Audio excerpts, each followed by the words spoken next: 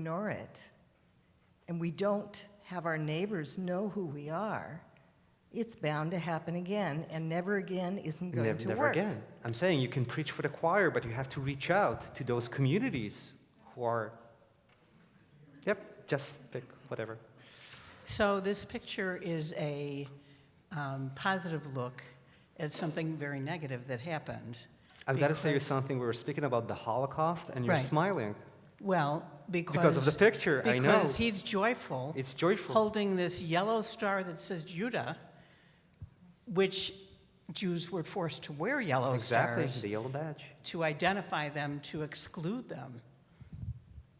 So it's flipping it over. Exactly.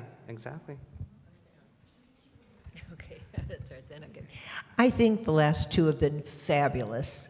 The one with the tattoos, I mean, I obviously was not in the Holocaust, but if I were and my grandchildren wanted to honor and be connected to me that way, and I think it's a way to really draw in young people. I think it's one of pride. I think this is one of pride. Of loving as Judaism. We made it through. They did not succeed. They did not destroy us. And I think it's... But look at him. This is about Jewish pride. Yeah. He's not Yeah, only yeah, yeah. holding that balloon, he's actually embracing Nahon. that balloon. And I will give you the story behind this picture. In this picture, you can see Dougal Leitner. And Dougal Leitner was a Holocaust survivor from Auschwitz. And he had this amazing sense of humor. And he told me that the only thing that actually kept him going while he was in the Holocaust was actually his sense of humor. And he was a little bit like Mel Brooks. So he always says that, no matter what is happening in your life, if you will find the resilience and if you will be optimistic, you will be able to overcome everything. And this is something that everybody can actually, relate to. You don't have to be Jewish in order to relate to. And usually what I do in this project is that, you have the picture, you have the story, you have a link that will give you the context of what happened to that Holocaust survivor. And I think that this is a wiser way to actually to approach and to combat anti-Semitism. Now, I would like to speak with you about Humans of October 7. It all started at 6:29 on Shabbat. I'm actually living in Tel Aviv, but from what I remember, I was in Haifa with my family.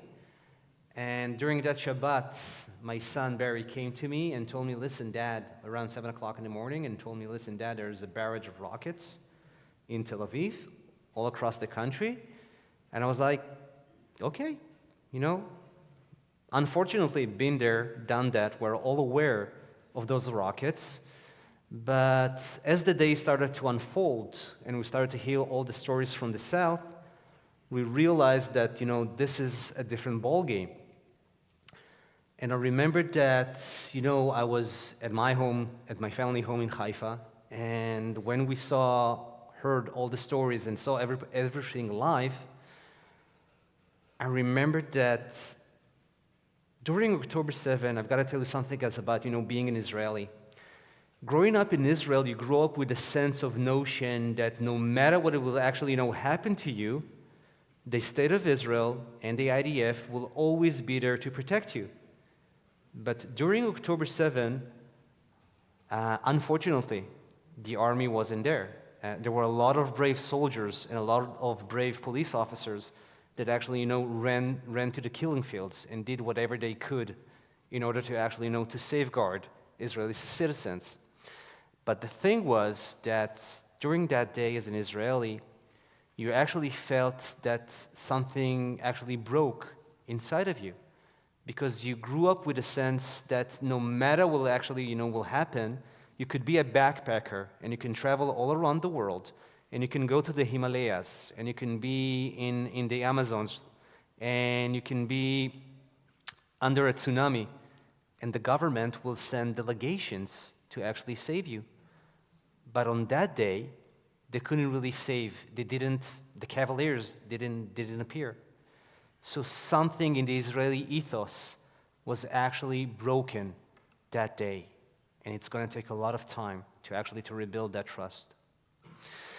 Now, as a photojournalist, I went 3 weeks after October 7 to Kibbutz Be'eri, and I took pictures to tell the story. And I've got to tell you that I've been traveling all around the world, and I took pictures all around the world. And this was the most difficult thing for me to take pictures in Be'eri, because this was actually an hour and a half from my house in Tel Aviv, an hour and a half from Jerusalem. And it took me a lot of time to actually, to bounce back after what I saw there. The toys that you actually see there was the toys that, I remember that my kids used to play with. The people who actually died on the Gaza enclave or in Be'eri were actually, people that could easily be, my family, could be my friends, could be my colleagues. So it was really hard.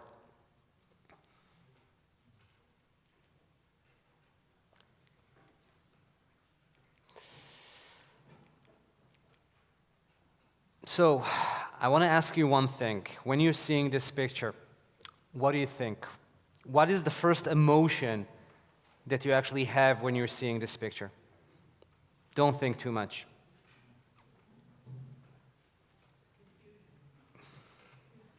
Confusion? Do you think this picture is about hope? It's about destruction? How would you describe it? Both feelings? How many people feel that this picture is about hope? Raise your hand. How many people feel this picture is about destruction? Raise your hand. Why do you feel it's about destruction? Destruction is probably the wrong word, but the first emotion that came to me was horror. Horror. In the back. I keep looking at the flowers, which tells me there's something more to this. I don't know enough to presume what it might be, but there's something beautiful about standing in the midst of horror and still being able to. So it's about rebuilding, it's about hope? Perhaps, or the ability to still see the beauty in a flower in the midst of terror? Strength. You're speaking about strength. Well, it's reminiscent of a Banksy photo that has the receiving end of the flowers thrown by a terrorist. So we see destruction and we see an educated, hopeful face and the receiving end of the flowers. I see it as a phoenix risen from the fire, from the ashes, that in spite of the destruction around him, he stands ready to just face what's next. He's risen from the ashes and ready to give a flower of hope. So I can say that the great thing about photography is that, you're taking a picture, and when I planted this picture and I actually, had in mind, I knew that I'm actually going to Be'eri. And I knew that I'm giving you the perspective as being a photographer. And I knew that when I'm going to be in Be'eri, everything is actually going to be black and white. So I wanted to have some kind of a splash of a color. Because think about it, when you look at this picture without the flowers, it's a different picture. And on the other hand, I wanted that this picture will be about hope, and will be about resilience, and will be about something that, we can actually look up to the future. And the thing is that, when people are seeing this picture, half of them, basically, half are saying it's about destruction. It's about the fact that a lot of people are saying that it reminds them that when you're actually taking flowers and putting them on a grave. But on the other hand, you have people who see this picture and say, this is about resilience. This is about hope. This is about reblossoming when you're actually seeing the flowers. And it was really hard to be in Be'eri because everything was burned to the ground, as you can see. And actually right now there's a lot of discussion going on in Israel about what to do with those buildings. And the person that you actually saw before, Chaim Yalin, he used to be the head of the regional council in the Gaza enclave. And a journalist asked him, what do you think? Do you think people actually should come back to Be'eri? Do you think we should actually destroy those buildings? What do you think we're supposed to do with that? And the only thing that, Chaim told him was that, I don't want to live in a memorial site. Would you be willing to live in Auschwitz? And there's a lot of debate right now in Israel what to do with those buildings, what to do with the communities. Because when you think about a community, you think about the future. Now, try to think what the young generation, what the parents that actually survived that massacre should do. Should they return to Be'eri or to the Gaza enclave with their kids and to live there? What would you do? Would you go back to live in a place where you actually managed to survive a massacre? You won't go back. But a lot of people are saying that in order to show that we actually, survived and, that we are still here, is actually to go back to those places. So if it was you, you wouldn't go back. No, I think I would not want to go back and live in a memorial. I would not want to live in Auschwitz now. I would not want to live in a cemetery now. I would not want to live in a place that reminded me of death and destruction. Okay.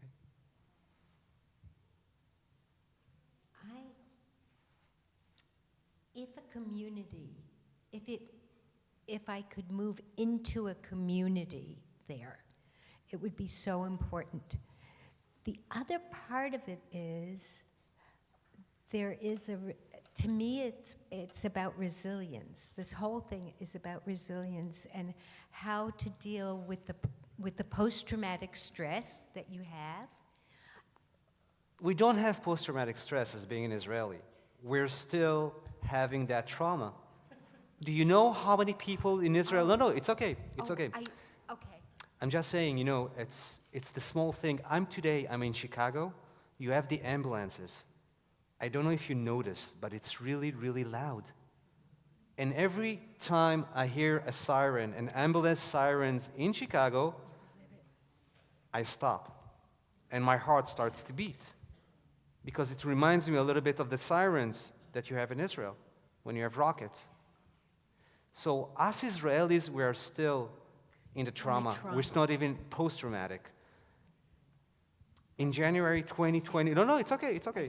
In January 2024, they realized, the official numbers were there were around 45,000 Israelis who were post-traumatic.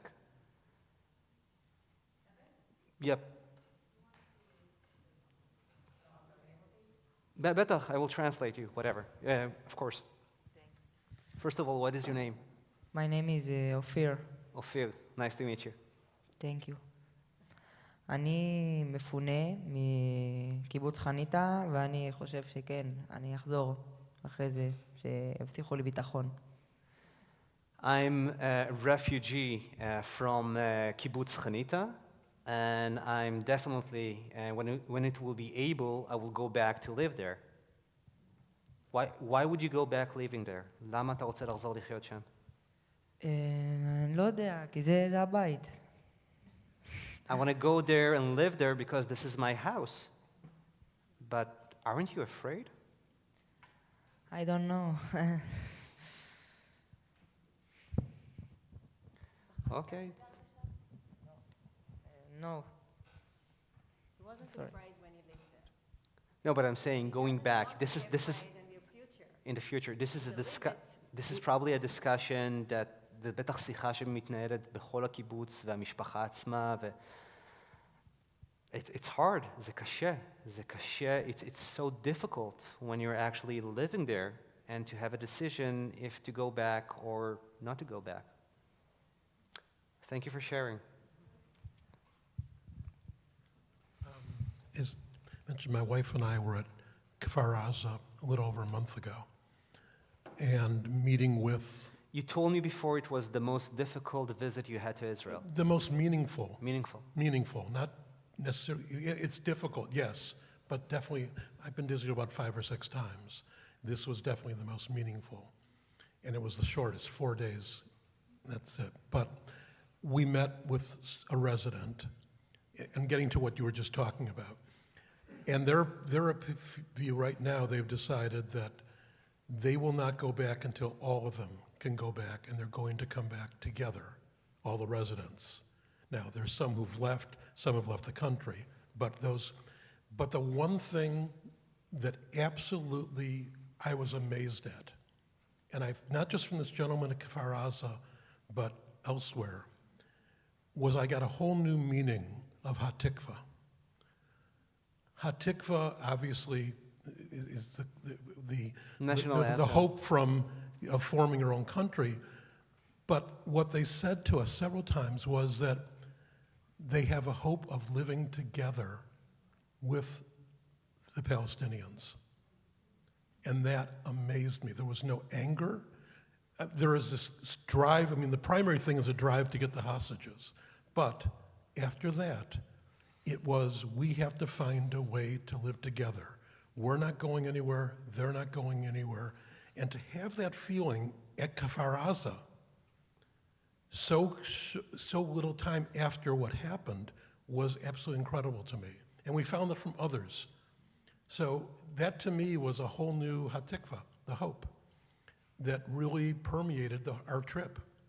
And I found that incredible. They said it might take 10, 20, 30 years.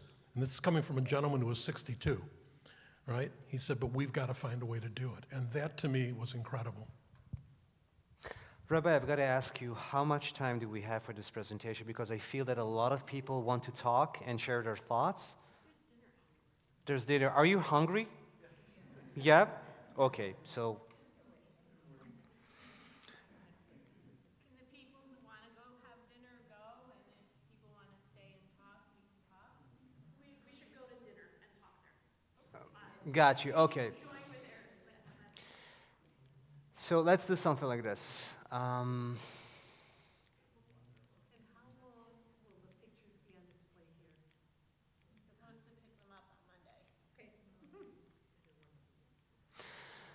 Okay. Just bear with me 5 more minutes, and then we'll go for dinner. So one of the hardest things for me for doing this project was actually, to take pictures of Holocaust survivors who actually survived the October 7 massacre.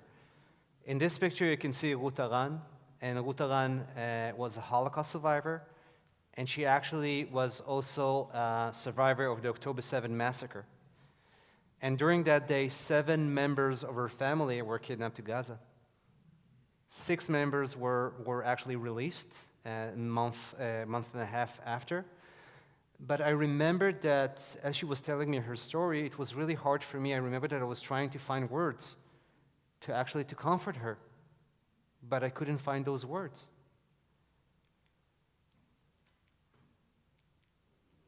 In this picture, you can see Chaim Ra'anan. He's also from Kibbutz Be'eri.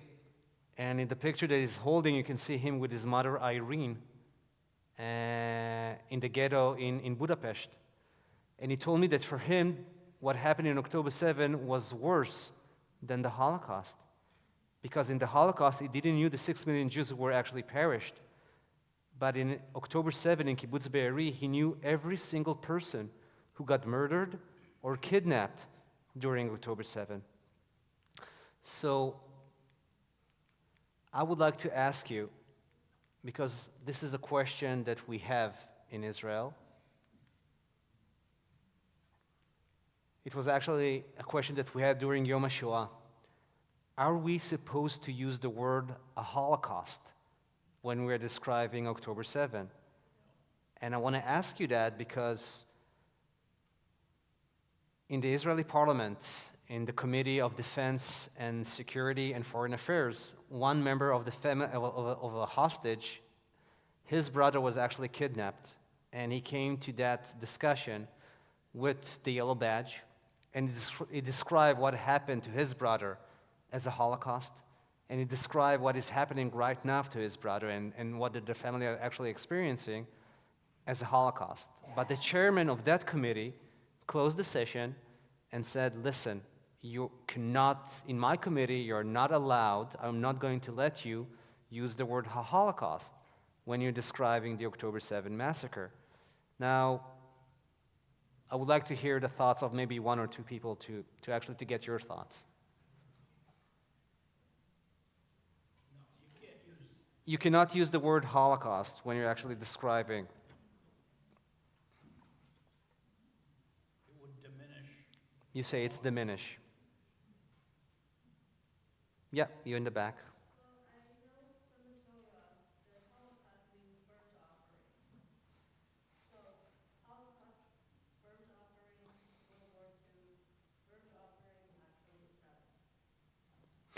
So there was a huge discussion actually in Israel if to use that word or not to use that word. And when Ruth Haran, a Holocaust survivor, described it as a second Holocaust, I can't really argue with her about her feelings. But this is a very huge subject in Israel. Now, just one thing that I want to add. You were speaking about, when you were in Kfar Aza, you were speaking about the fact that there was no anger. In a way, they're thinking about how to cooperate, for the future.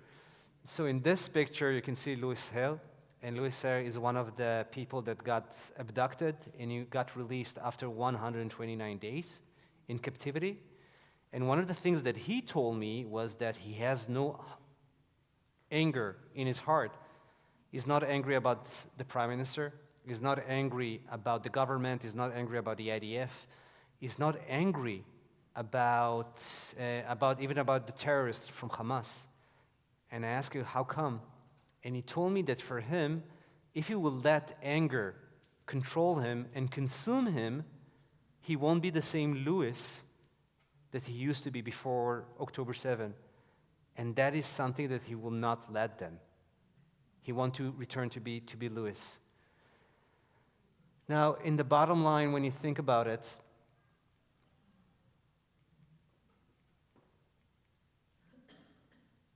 if we want to actually, to survive what happened on October 7, in Hebrew it says, "Biyachad ninatzach," together we will win.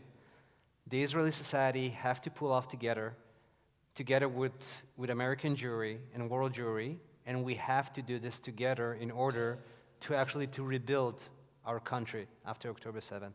Thank you so much for listening.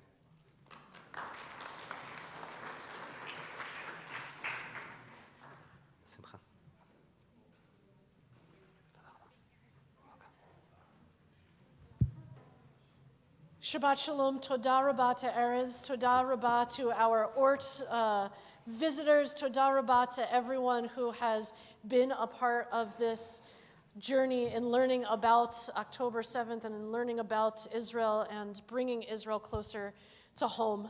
Toda Rabah and Shabbat Shalom.